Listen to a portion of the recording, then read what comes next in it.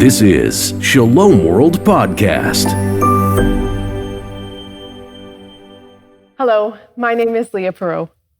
I'm honored to join you today from Swift Current, Saskatchewan, Canada, and to join you with Shalom World TV on their Lenten theme, The Victory of the Cross. I want to talk with you today about how God is with us in seasons of loss.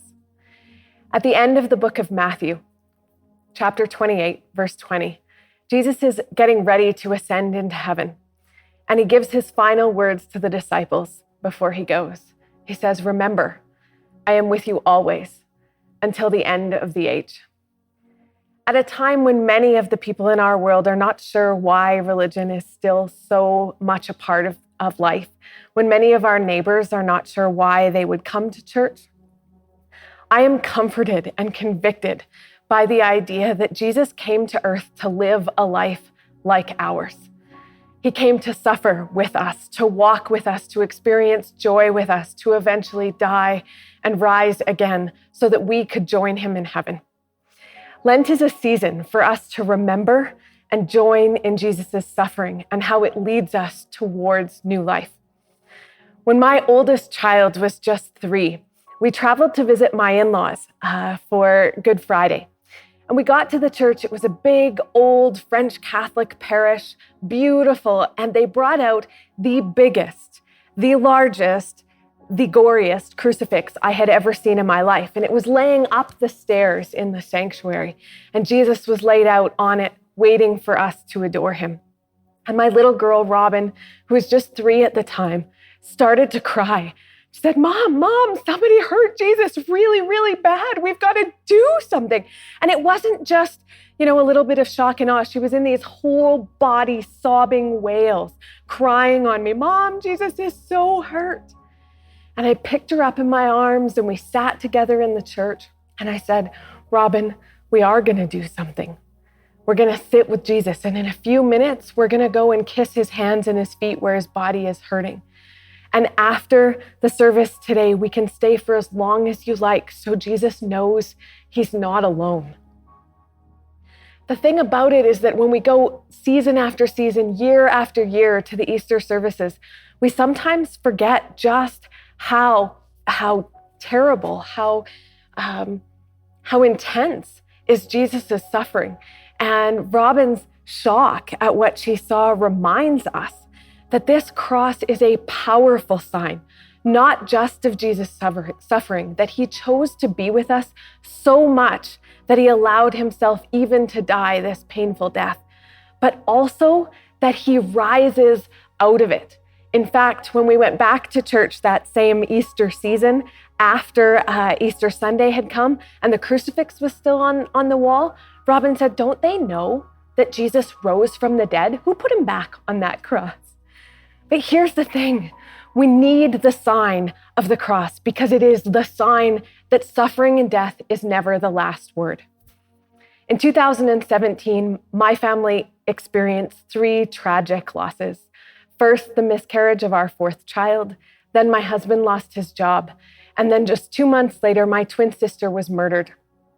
These final words of Jesus were a profound consolation to me.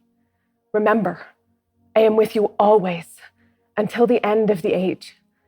Jesus promises us that. Then he ascends into heaven and the disciples go and hide, right? They don't remember that he is with us. They're afraid of what is coming. And so in that intense season of suffering in 2017, I was not alone in my fear or my forgetting that Jesus was with me.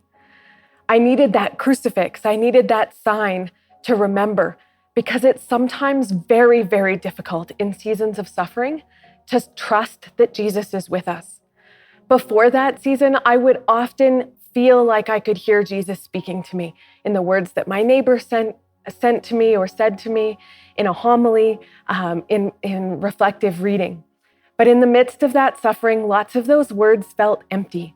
And Jesus started to speak to me in really different ways. After our Claire died, our baby, I started to see God in colors, starting the first morning that we lost her. Lost her very early in the morning at about 5 a.m. My husband and I held her tiny body an inch long in my hand. We counted her fingers and her toes, and we could see the edges of the chambers of her heart, and we named her. And in the quiet hours of the morning, we cried, and then we got our kids up, and I made them pancakes because I couldn't do that on normal school days. And I drove them off to daycare and school. And as we pulled up at daycare, the sky was this gorgeous pink and purple, like only Saskatchewan sunrises can be. You can come and visit if you'd like to see them for yourself. And the beauty of the world was telling me, I'm still here. The world is going to go on, the sun is going to rise, and it felt impossible, but the colors were healing for my heart. Just 3 months later, when my twin sister died, I was enveloped in silence. The words I was used to and even the colors that had been coming in waves since Claire's death stopped. And it felt like God had stopped speaking altogether.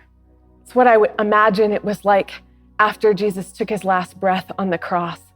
And it was dark, and the disciples of Jesus didn't know where to go or what to do or what to say or how to feel. In those months and years after Abby died, I learned what it meant to be carried by the community. God was with me, not so much in words which often felt hollow, but in the hands and the service and the care and the kindnesses of my community. So many loads of laundry folded, meals brought over, calls and texts to just check in on me, offers to care for my children so that I could rest and heal. Jesus wants to help us. He is with us. And in fact, even his own cross, he didn't carry alone. It's so important that we recognize that the crosses that we have to bear, that the seasons of suffering and loss were never meant for us to carry alone. Jesus wants to be with us in that. And sometimes we experience that pretty profoundly in our own incapacity to do it alone. I also met a friend at one point in my life who was dying from cancer. And we met as she was receiving treatments, and she just lived 3 doors down. And I would walk over and visit with her. And I remember one evening when we were sitting together, and she said, Leah, I'm so glad that you came to visit because you're one of the only people in my life who doesn't need me to be sad that I'm dying. And I sort of laughed. I said, well, I'm a little sad. She said, yeah, but you also aren't attached to me needing to want to live.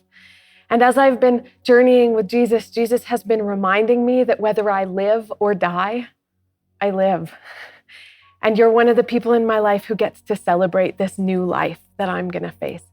I've not forgotten that story. As I go through seasons of suffering, as the world is struggling with trying to find peace in the midst of violence and chaos, whether we live or die here, we live. Many people said to me in those seasons of loss that everything happens for a reason. And I think they're wrong. God doesn't cause our suffering. God didn't desire for me to lose Claire. He didn't cause my husband to lose his job. He didn't contribute to or long for my sister's murder. Here's what I've learned since that's truer for me. God wastes nothing. Every tear that we cry, every piece of pain that we carry in our hearts, every moment when the load feels too heavy, God will transform into something beautiful and something new. If we'll let him, if we will unravel the pieces of our broken hearts and our clinging hands from the brokenness and offer it back to him, he will make it into new life. But we have to let go of the loss in order for God to turn it into new life. So many moments made this possible for me.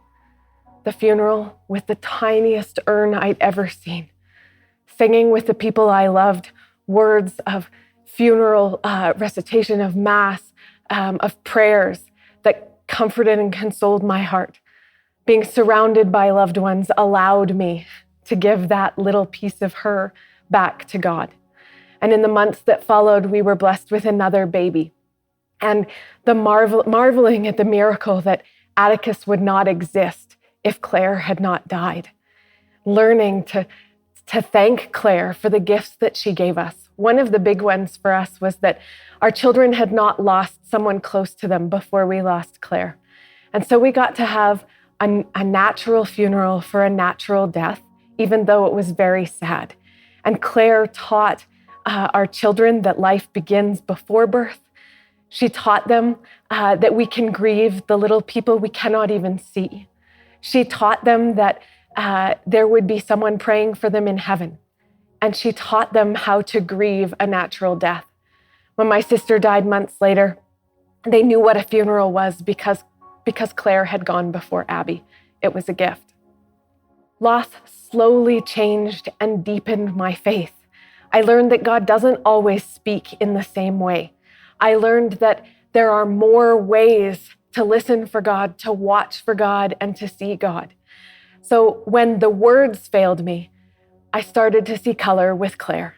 I saw when I would pray and I didn't have words, that the Holy Spirit poured color on the back of my eyelids, first purple and then blue and green and eventually white.